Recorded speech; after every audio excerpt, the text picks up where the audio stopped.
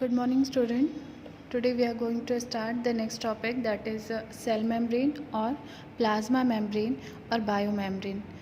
Cell membrane बोलिए, plasma membrane बोलिए, bio membrane बोलिए, तीनों सेम चीज़ है. फर्स्ट अब यहाँ पे हम लोग क्या करते हैं, सबसे पहले डिस्कशन स्टार्ट करते हैं कि इससे पहली क्लास में हमने सेल वॉल पढ़ लिया था कम्प्लीटली. आज हम लोग प्लाज्मा मेम्ब्रेन देखेंगे. देखिए, बायो मेम्ब्रेन को प्लाज्मा मेम्ब्रेन भी बोला जाता है. ये पाया जाता है जितने भी सेल्स हैं, मीन्स प्लांट और एनिमल, सब में पाया जाएगा. मोस्टली सेल ऑर्गेनेलीज जो हैं उनके पास सेल मेम्ब्रेन होता है, प्लाज्मा मेम्ब्रेन होता है. उनके चारों सेल के चारों साइड ये थिन होते हैं. थिन का मतलब पतला हो जाएगा.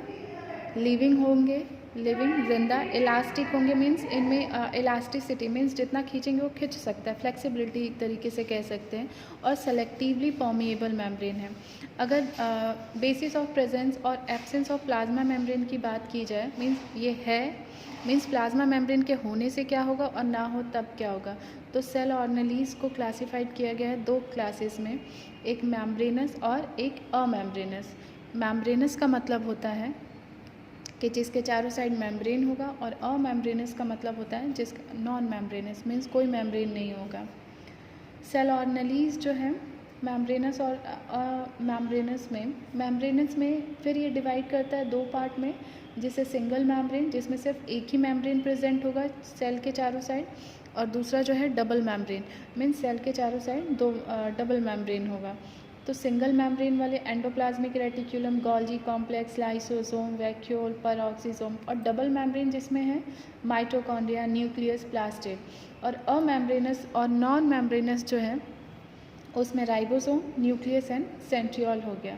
तो देखिए, सेल मेम्ब्रेन जो है मेनली जो लिपिड और प्रोटीन मॉलिक्यूल से मिलके बना हुआ है, और इसमें क्या है, कार्बोहाइड्रेट्स भी मिक्सअप है. जब डिस्कवरी हो गई थी सेल की, तो जो स्ट्रक्चर है सेल मेम्ब्रेन का और बायो मेम्ब्रेन का वो डिबेटेबल था. कहने का मतलब अभी भी चर्चे में चल रहा था 1972 में. क्यों? क्योंकि इस ईयर सिंगर एंड निकोलसन ने इसको एक साथ मिलके इसके बारे में इसका थ्योरी दिया, स्ट्रक्चर ऑफ सेल मेम्ब्रेन. इस थ्योरी को कॉमनली फ्लूइड मोज़ाइक मॉडल बोला जाता है. अब देखिए, अगर हम इसके फंक्शन की बात करें तो ये जो है रेगुलेट करता है मूवमेंट ऑफ मॉलिक्यूल्स. जो मॉलिक्यूल मूव करता है अंदर से बाहर और बाहर से अंदर सेल के, उसको ये क्या करेगा और एक्टिव करेगा, मीन्स हेल्प करता है. सेकेंड फंक्शन देखा जाए तो ये क्रिएट करता है barrier between extra cellular intra cellular fluid.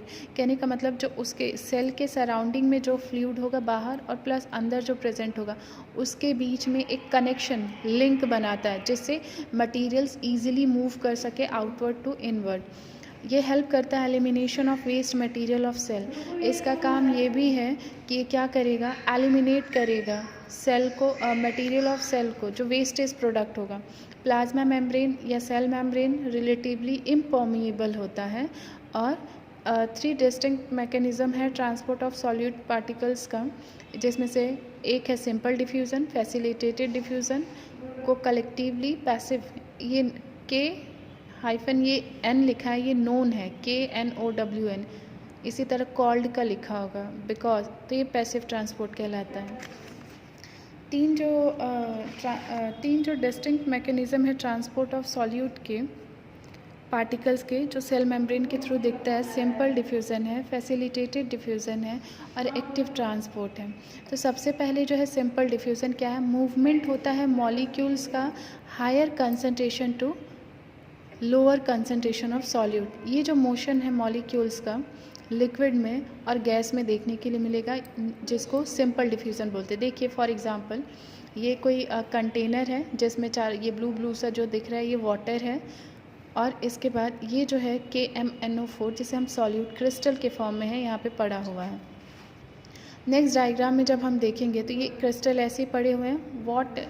ये क्या होगा, अब धीरे धीरे चारों साइड स्प्रेड होगा, मूव हो रहा है, और इसके बाद यहाँ पे देखिए ये जो फाइनली क्रिस्टल है इस फिगर में नहीं दिख रहा है, तो ये होमोजेनस सॉल्यूशन। जैसे चीनी और पानी घोल दीजिए, नमक घोल दीजिए, तो पता ही नहीं चलेगा कि पानी में नमक कहाँ है, चीनी क्या। अब उसको अगर आप निकाल सकते हैं तो निकाल लीजिए, अदरवाइज़ पॉसिबल नहीं है। तो that is the simple diffusion. अब ये जो KMnO4 है ईजिली इसमें स्प्रेड आउट हो गया, तो ये सिंपल डिफ्यूज़न है। नेक्स्ट जो इसका है वो है फैसिलिटेटेड डिफ्यूज़न। हाँ, सिंपल डिफ्यूज़न की अगर हम बात कर रहे हैं तो यहाँ से इससे रिलेटेड कुछ और टॉपिक है, जैसे कि डिफ्यूज़न ऑस्मोसिस। ऑस्मोसिस क्या है? जब ऑस्मोसिस जो है,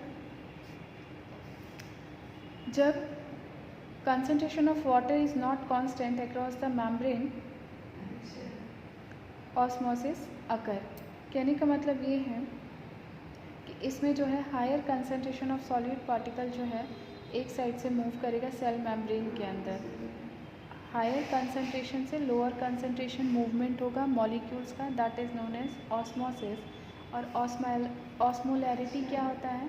ये एक यूनिट है ऑस्मोसिस का जो कि डिटरमाइन करता है कंसंट्रेशन ऑफ अ सॉल्यूशन को in a term of solid particles per litre of solution. अब अगर देखा जाए तो ऑस्मोसिस जो है 3 तरीके का होता है, आइसोसोमेटिक, हाइपरसोमेटिक और हाइपोऑस्मोटिक। ऑस्मोसिस जो होता है 3 टाइप्स का होता है, आइसोसोमेटिक, हाइपर ऑस्मोटिक और हाइपोऑस्मोटिक फ्लूइड। अब देखिए एक फिगर के माध्यम से हम लोग देखेंगे कि जैसे ये देखिए, अगर आइसोटोनिक है तो आइसोटोनिक में क्या होगा? ये जो देख रहे हैं ये ब्लड सेल है, हमारा रेड ब्लड सेल है। इसमें जो कंसंट्रेशन है वाटर का अंदर देखा जाए तो सेल के अंदर वो सेम है, मीन्स जो सराउंडिंग बाहर है उतना ही ब्लड के अंदर भी है, तो दैट इज़ आइसोटोनिक। इसके बाद दूसरा जो है हाइपरटोनिक की बात किया जाए, हाइपरटोनिक सॉल्यूशन में अगेन लो वाटर कंसंट्रेशन आउटसाइड। अब देखिए इसके पास इक्वालिटी थी तो इसका शेप देखिए, और यहाँ पे देखिए बाहर ज़्यादा है, सेल के बाहर वाटर का लेवल ज़्यादा है तो वाटर मूव करता है आउटसाइड द सेल, के अपोजिट मूव करेगा, सेल के अंदर से बाहर जाएगा। और तीसरा जो है हाइपोटोनिक में क्या है? इनसाइड द सेल, सेल के अंदर हाई कंसंट्रेशन ऑफ वाटर जो है वो सेल से बाहर है और ये मूव हो रहा है इनसाइड, मीन्स हायर से लोअर मूवमेंट होता है, तो वो ऑस्मोसिस है। इसके बाद अगर हम देखें दूसरा जो है इसका फैसिलिटेटेड डिफ्यूज़न, तो फैसिलिटेटेड डिफ्यूज़न को और क्या बोलेंगे? Carrier mediated diffusion. क्यों? क्योंकि इसमें diffusion of substances by this manner carrier transport proteins are used. Means यहाँ पे कोई रास्ता होता है मूव करने के लिए। जैसे मान लीजिए अगर हम घर में जा रहे हैं तो दरवाज़ा है, तो दरवाज़ा क्या है? एक प्रोटीन बैरियर है। इसी तरीके से फैसिलिटेटेड डिफ्यूज़न में आयंस के मूवमेंट के लिए, सॉल्यूट के मूवमेंट के लिए कोई रास्ता चाहिए। अब जैसे खाना रखा हुआ है, अगर हम उसको अपने हाथों से उठाएंगे नहीं, अपने मुंह में नहीं डालेंगे तो कैसे जाएगा? हमारा हाथ और मुंह क्या है? वो यही है, प्रोटीन बैरियर है।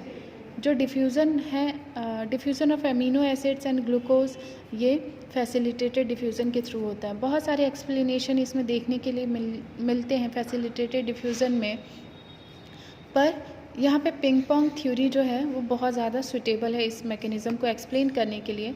अकॉर्डिंग टू दिस थ्योरी, इस थ्योरी के अकॉर्डिंग ट्रांसपोर्ट और कैरियर प्रोटीन जो है वो कंफर्म होता है। Thank you. आज के लिए बस इतना ही, इसके बाद में करेंगे नेक्स्ट क्लास में। Thank you.